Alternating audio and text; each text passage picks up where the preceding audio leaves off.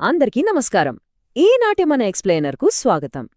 ఈరోజు మనం ఒక మామూలు అబ్బాయి రాము తన లోపలి పట్టుదలతో ఎలాంటి అద్భుతాలు సృష్టించాడో మాట్లాడుకోబోతున్నాం. మనుషుల సంకల్ప బలానికి, అంకిత భావానికి ఇంతకంటే బెస్ట్ ఎగ్జాంపుల్ ఇంకోటి ఉండదు. వినడానికి మీరు రెడీనా? ఒకసారి ఊహించుకోండి, ఒక చిన్న పల్లెటూరు. అక్కడ పుట్టిన రాము పరిస్థితి చూస్తే దారుణమైన పేదరికం. కాని వాడి కలలు మాత్రం ఆకాశాన్ని తాకేలా ఉండేవి.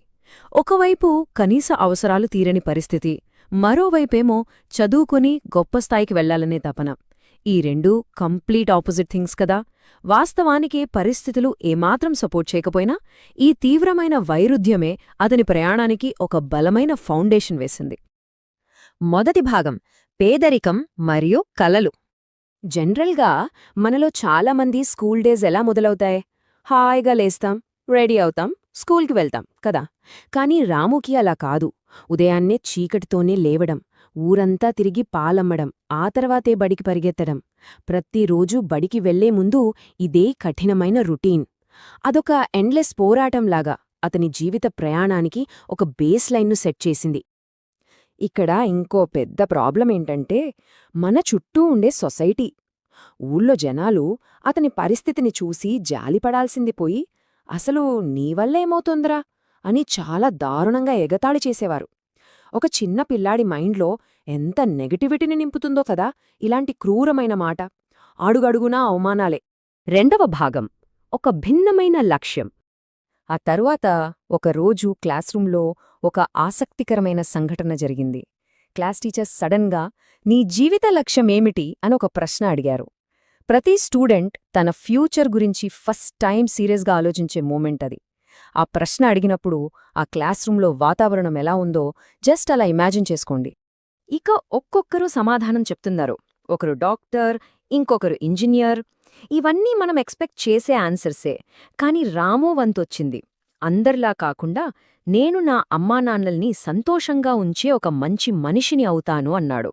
అసలు ఎంత ప్యూర్ అండ్ అన్సెల్ఫిష్ ఆన్సర్ కదా. అతని వ్యక్తిత్వపు లోతేంటో, ఫ్యామిలీ మీద తనకున్న ప్రేమ ఏంటో ఈ ఒక్క మాటతో అర్థమైపోతుంది. కాని ఏమైందో తెలుసా? ఆ హృదయపూర్వకమైన ఆన్సర్ వినగానే క్లాస్ మొత్తం ఒక్కసారిగా పగలబడి నవ్వింది.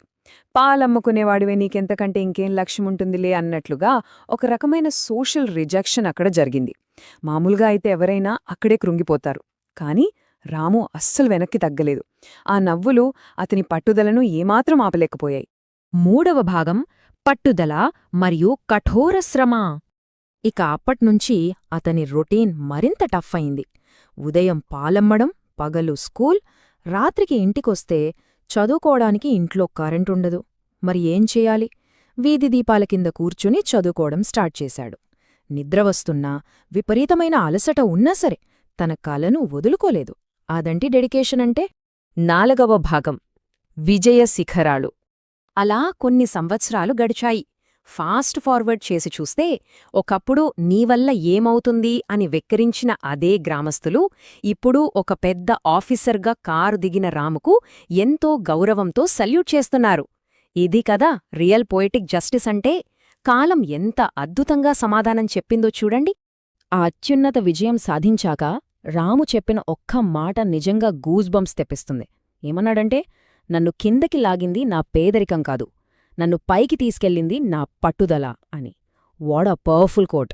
ఈ ఒక్క స్టేట్మెంట్లో ఆ కథ తాలూకు మీనింగ్ మొత్తం వచ్చేసింది కదూ. ఎంతటి ప్రతికూలతనైనా మన సంకల్ప బలంతో జయించవచ్చు అనడానికి ఇంతకంటే ప్రూఫ్ ఏముంటుంది? ఫైనల్గా ఈ ఎక్స్ప్లెయినర్ ద్వారా మనం గ్రహించాల్సింది ఇదే.